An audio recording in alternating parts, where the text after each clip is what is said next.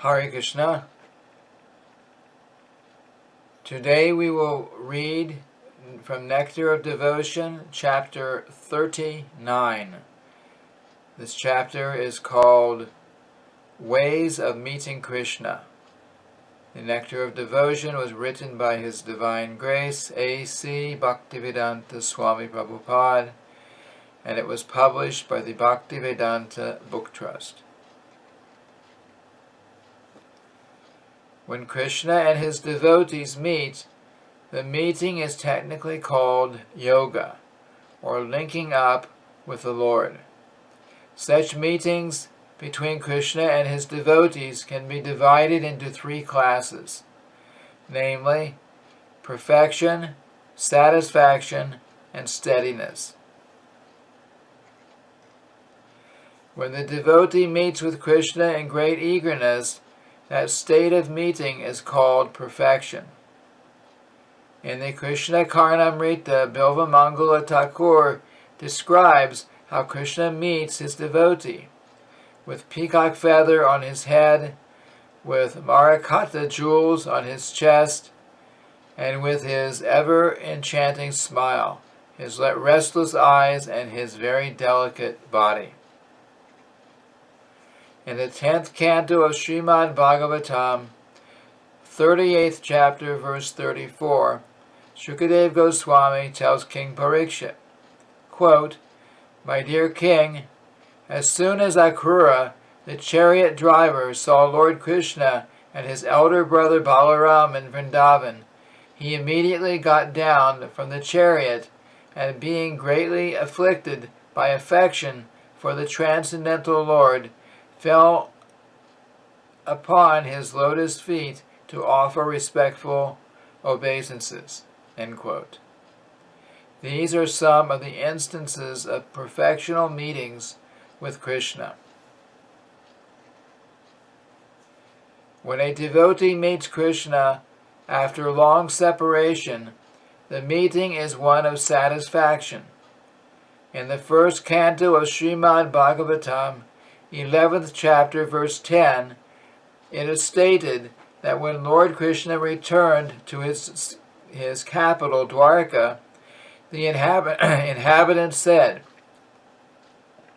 quote, "Dear Lord, if you remain in foreign countries for so long, we shall certainly be bereft of seeing your smiling face. Upon observing your face, we, your eternal servitors, become greatly satisfied. All the anxieties of our existence are immediately mitigated. If we cannot see you because you are long absent from Dwarka, then it will be impossible for us to live any more." End quote. This is an instance of satisfaction in meeting Krishna after long separation. Krishna's personal servant, Dharuka, seeing Krishna at the door of Dwarka, forgot to offer him respects with folded hands. When a devotee is ultimately situated in association with Krishna, his position is called steadiness in devotional service. This steady position in devotional service is explained in the book known as Hansa Dutta. It is described how Akrura, who was considered by the gopis to be terror personified, would talk with Krishna about the activities of the Kuru dynasty. A similar steady position was held by Uddhava, the disciple of Brihaspati. He would always massage the lotus feet of Krishna while kneeling down on the ground before him.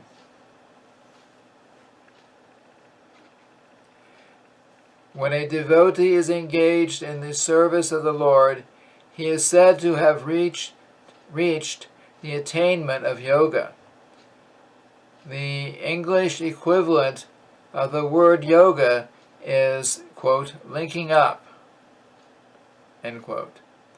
So actual linking up with Krishna the Supreme Personality of Godhead begins when the devotee renders service unto him. Devotees situated in the transcendental rasa of servitorship render their particular service whenever there is an opportunity. Sometimes they sit down in front of Krishna to receive orders. Some persons are reluctant to accept this level of devotional service as actual bhakti yoga, and in some of the Puranas also this servitorship in devotional service to Krishna is not accepted as the actual bhakti yoga system. But Srimad Bhagavatam has clearly indicated that the servitor relationship with Krishna is the actual beginning of yoga realization. In the 11th canto of Srimad Bhagavatam, 3rd chapter, verse 32, it is stated that when devotees are engaged in the discharge of bhakti yoga, sometimes they cry from thinking of Krishna. Sometimes they laugh, sometimes they become jubilant, and sometimes they talk in very uncommon ways. Sometimes they dance, sometimes they sing, sometimes they are actually engaged in the service of the Lord, and sometimes they sit down silently as if absorbed in trance. Similarly, in the 7th canto of Srimad Bhagavatam, chapter 7, verse 34, Prahlad Maharaj says to his friends, quote, "My dear friends, as soon as pure devotees of Lord Krishna hear of the transcendental pastimes of the Lord, who is the eternal reservoir of pastimes, or hear about his transcendental qualities, they become overpowered with jubilation. Ecstatic symptoms are manifested in their bodies. They shed tears, talk falteringly, glorify the Lord in a loud voice, and chant and dance in ecstasy. These ecstasies are always there, but sometimes they overcome all limits, and the symptoms become manifest to all." End quote. In the process of surrender unto the Supreme Personality of Godhead, there are 6 items to accept. There are 6 items. To accept everything favorable for devotional service, to reject everything unfavorable for devotional service, to believe that Krishna will always give protection, to identify oneself with Krishna's devotees, always to feel inability without the help of Krishna, and always to think oneself inferior to Krishna, even though one may have full capacity to perform something on his own. When one is substantially convinced that he is always protected by Krishna in all circumstances, that feeling is called reverential devotion. Reverential devotion is executed in relation with the Supreme Personality of Godhead and with his other protected devotees. When Krishna was residing in Dwarka, some of the elderly members of the Yadu family would occasionally put some important matter before him. At such a time, Krishna would carefully give attention to those matters, and if there were some humorous topics mentioned, Krishna would immediately respond with a smiling face.